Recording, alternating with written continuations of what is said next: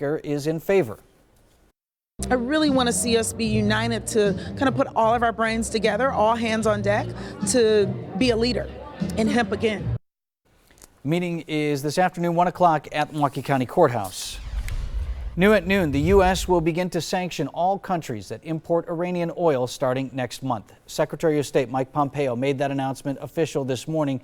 The announcement comes nearly a year after President Trump had said that the U.S. would withdraw from the Iran nuclear deal.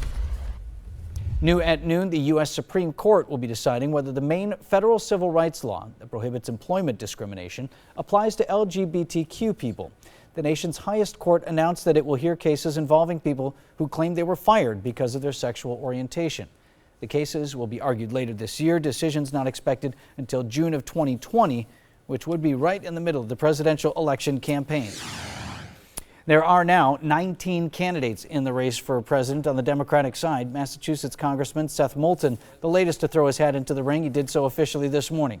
The 40-year-old Marine Corps vet was first elected to Congress in 2014. He plans to campaign in the early primary and caucus states of Iowa, New Hampshire, South Carolina, and Nevada later this week. New at noon, Silver Spot Cinema will open its first Wisconsin location after more than a year of construction. It'll be at the corners of Brookfield Shopping Center. The boutique movie theater will have 9 auditoriums as well as in-theater dining, and it's set to open mid-June. We are 65 days out until Summerfest. This afternoon, we now know the dates and times of the headliners for the Miller Lite Oasis stage.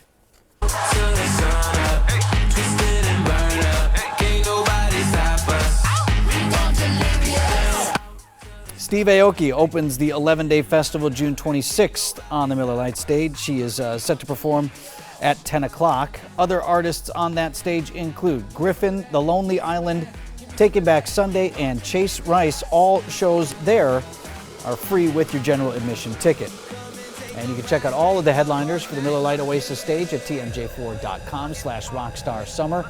And with a full list of all 130 acts coming to the big gig this summer up there as well. Up next tonight, the Bucks hoping for a series sweep, the playoff party where you can watch the team on a 40-foot TV. And then taking a live look outside, a warm spring day right now. Brian Niznansky tells us when you can expect thunderstorms in the Storm Team forecast.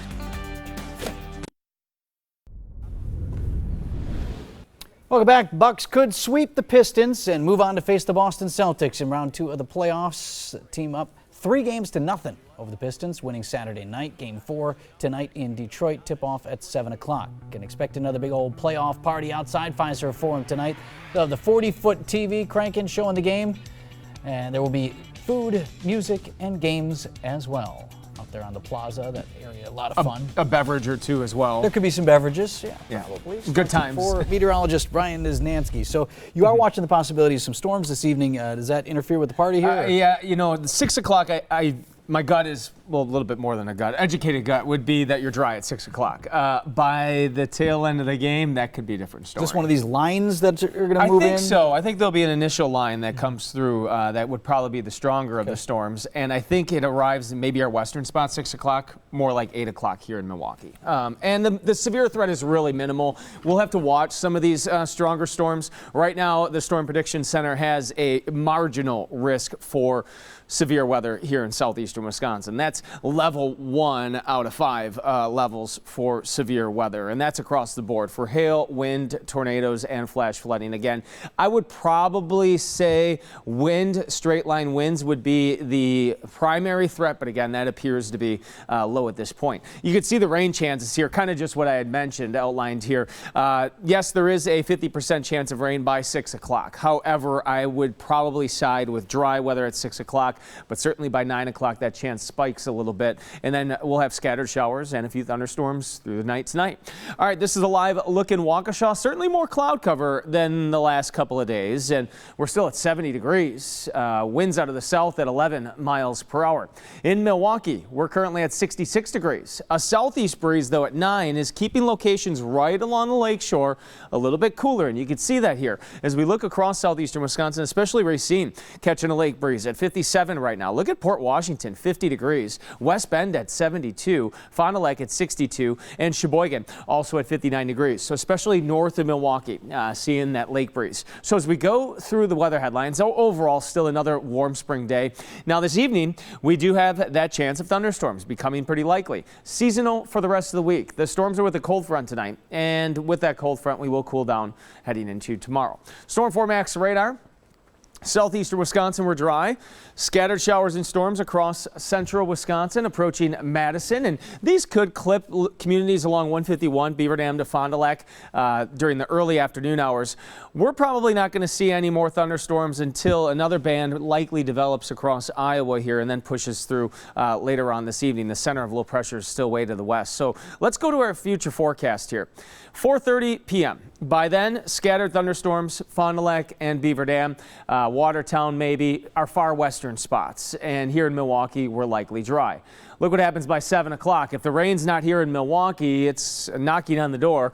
Thunderstorms stretching through Waukesha and West Bend. You can see by 9 o'clock, thunderstorms across the area, and then just some scattered showers for the remainder of the night. And they should be out of here by the time most of us wake up tomorrow morning. And eventually we'll see some sunshine tomorrow afternoon, and temperatures will be cooler.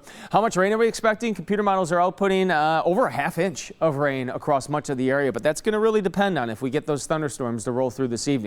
Okay, your forecast for today: 68 degrees near Lake Michigan, inland 77, partly cloudy, thunderstorms likely late. And again, here in Milwaukee, probably arriving after 6 o'clock. For tonight, 48 degrees, thunderstorms early, otherwise mostly cloudy. Here's your 7-day forecast. Now, as we head on into Tuesday, partly cloudy, 54, inland 58, 58 degrees on Wednesday, inland 66. On Thursday, another chance of some showers with a high temperature around 65 degrees and 65 again on Friday, dry. Maybe the best chance of rain after today will be on Saturday. 66 for your high though on Saturday and 54 on Sunday. A very typical, if not slightly above average, 7-day forecast for the end of April, Vince. We've earned a little above average, thank you. You got it. All right, up next, supporting a good cause by, in part, enjoying some donuts. Coming up, a 5K run set for this weekend where runners are rewarded for eating during the race. Plus, how that money will go to benefit local officers. This Saturday, the Wisconsin Riders will hold their annual 5K Donut Dash. This is an event held in honor of law enforcement officers killed in the line of duty and how we further honor them on a national level. Lisa Ibarra and Dave Feldmeyer from the Milwaukee Police Department are here to talk about it. We also have Jeremy Bronner from the Wauwatosa Police Department here. Thank you all for being here. Let's talk about the amazing ride that happens on an annual basis, Philadelphia to D.C., and then culminates in a whole number of activities that honor fallen law enforcement officers for their memorial in D.C. Tell me first a little bit about the ride and what that time is like in D.C. So the ride is to honor those killed in the line of duty. It also goes to support the National Law Enforcement Museum and Memorial in Washington, D.C. Throughout the route, there are areas where we'll stop and we'll do little memorials for officers that have fallen. There's incredible support from the community as we go through different towns and different cities, past schools. Last year was my first year riding, myself and Liz, and I was blown away by the experience. I bet you, I mean, sadly we have seen some of the processions here in the last several months for our fallen officers. I imagine it's kind of a similar scene. I mean, are people out there with their flags and thank you signs and all that? Absolutely, they are. They're out there and showing great support. This year we'll be riding for Officer Mahalski and Officer Irvine Jr. It's just a great opportunity when we go out there. We're part of the Wisconsin Riders, so we've got a group of state troopers, Washington County, Waukesha County guys, West Bend, and I know I'm going to forget some other things, other names out there, but yeah, it's a great cause. And then we actually go out and meet in Philadelphia, hook up with Chapter 9, and we ride from Philadelphia into DC, and it's just amazing to ride with, just to get to know. I mean, I didn't know Dave and Lisa before this, and just the friendships that have grown just with the Wisconsin Riders. So Lisa, the event coming up this weekend now, people can come out and support the efforts that you all are making to be a part of this. Tell me about the 5K and the donut eating and everything else that goes on out there. It's a ton of fun. We have about, last year we had 400 people competing. Oh, cool. And for every donut that they eat at designated spots, they get to have 2 minutes taken off their time. So last year's winner ate 27 donuts and kept them all down, and he won it last year. What, did he have 0 minutes then? Yes. He was in the negative. Finished at a time of 0. I bet you that's a great way, too, for members of our community to connect with you all. And we talk all the time about building community trust, building those relationships. That has to be an important event for you to make those connections. Absolutely. It reminds us how the community does support us in our mission to keep our community safer. Okay, it's going at Hart Park right this weekend, Saturday? Hart Park, and we are retiring Officer Mihalski's badge number on a bib this year as well. Oh, fantastic. Well, much more information is available online. We hope the weather holds for you and we get some more people out there. Still time to sign up. Yep, I just want to say thank you to our sponsors, Greeby's, Valentine Coffee, and Johnson's Bike Shop that helps us out. Who else we forget? Left's Lucky Town. Left's Lucky Town. Chris Leffler over there, great place. Thirsty Duck. Right. Thirsty Duck as well. Good. Well, I know they support you a lot, and you can't, you got the donuts have to come from somewhere, right? They do. Yes. They come from a Yes. great place. Delicious. Well, again, information on how to sign up is up on our website right now, tmj4.com. We'll take a quick look outside. As we head to break, we'll talk a little bit more about when we have a chance for showers coming up. Today, people around the country will be celebrating Earth Day. Wisconsin Senator Gaylord Nelson proposed the idea first back in 1970 as a way to educate the country about the environment. 1970, also the year that Congress created the Environmental Protection Agency and passed the Clean Air Act. Gas prices are actually down a bit slightly in the Milwaukee area. Gas Buddy reporting the cost to fill up has gone down about 2.5 cents per gallon in the past week. Average cost $2.83 a gallon, still about 25 cents per gallon higher than we were a month ago. President Trump and First Lady Melania Trump hosting the 141st annual Easter egg roll at the White House this morning. Festivities including bunny costumes, live music, and senior government officials reading from picture books. Tradition dates back to 1878 and, according to the Smithsonian, is now the largest annual White House event. Live at 12:30 is up next, including recovering after a tiger attack. How a zookeeper is doing this afternoon after being attacked along with several others watching. Right now, from Milwaukee, this is today's TMJ4 Live at 12:30. Now at 12:30, some clouds hanging around. Breezy this afternoon. We are tracking the possibility of thunderstorms coming out later this evening. Storm Team 4 meteorologist Brian Niznansky. Let's just take it in though first. Yeah. You know, before we get to those storms, you got a real nice day out there. Yeah, it's comfortable. I saw a couple boats in the marina there in look at that. in Port Washington. Not small ones either. No, a couple good ones. There's yours right there, front and center. Front right, yeah, that's fine. Again, Very similar. Yep. More clouds though compared to the weekend. We had crystal blue skies much of the weekend. That's not the case today. We'll call it partly cloudy skies. In fact, this looks to be quite mostly cloudy now at this moment in Port Washington. Lake breeze too is stronger than yesterday. Yesterday we had almost a due south wind. And today we have more of a southeast wind. So here in Milwaukee at the airport, not feeling it much, but I bet you if you're down at Bradford Beach, it's probably in the 50s. Now, we're seeing officially right now 57 at Batten Field, and you can see Port Washington, look at that, 49 degrees, whereas West Bend's at 70 degrees. Do some traveling west today, folks. Okay, Storm 4 Max radar. Here's that batch of clouds moving through, but notice how it thins out to the west here.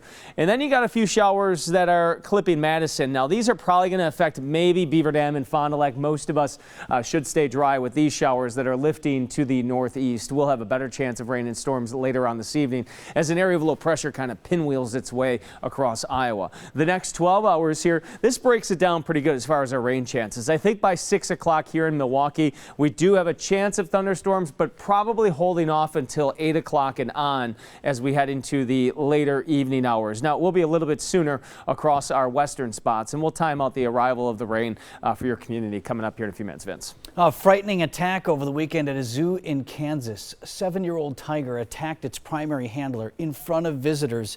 Emergency teams rushed in to save not just one, but 2 lives. Ron Mott reports.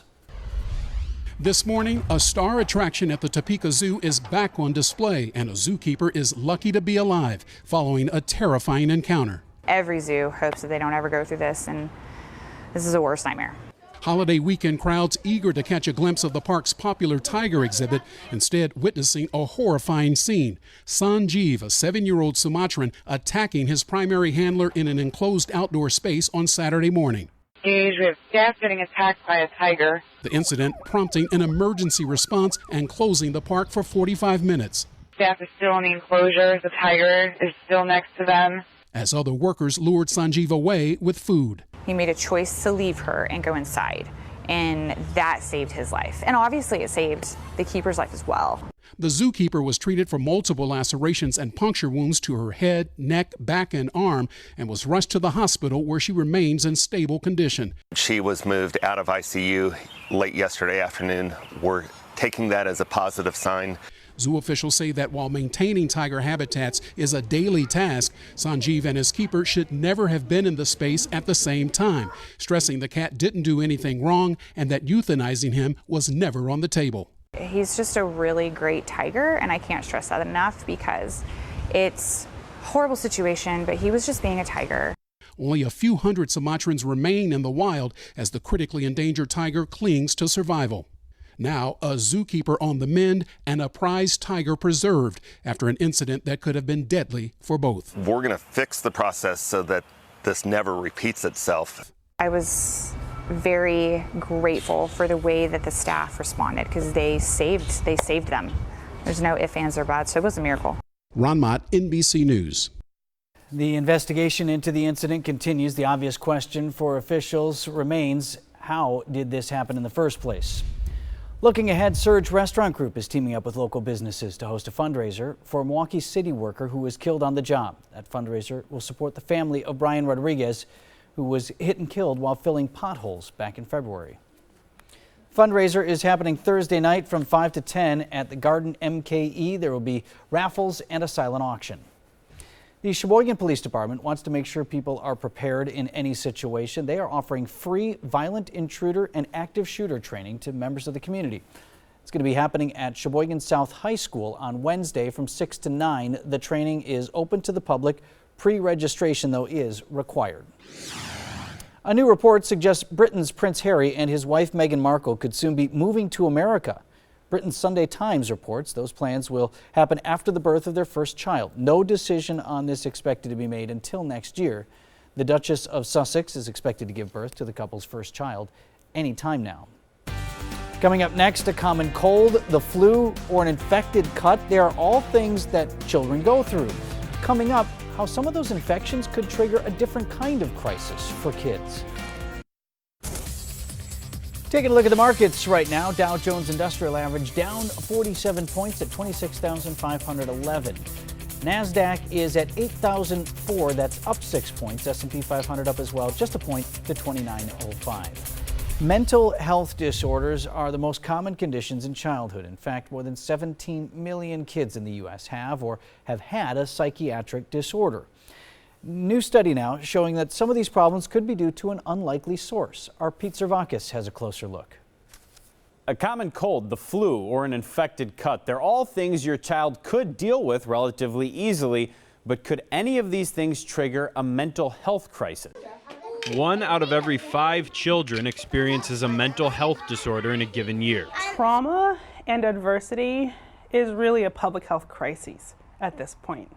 What we're seeing is that the vast majority of our families are under an immense amount of stress. A new study shows that there may be another culprit, infections. Researchers from Denmark found that children who'd been hospitalized with an infection had an 84% increased risk of suffering a mental disorder and a 42% increased risk of being prescribed medicine for a mental disorder. We are learning a lot about what it means for a child to be under toxic stress. In the study, infections were linked to a wide range of disorders such as OCD, autism, ADHD, personality disorder, psychotic disorders, and more. Scientists suspect that the body's inflammatory reaction that happens while fighting an infection can affect the brain. They say future research may offer more clues about this curious association. Child patients had a risk of more than 5 times higher of developing a mental health problem in the first 3 months after being in the hospital for an infection.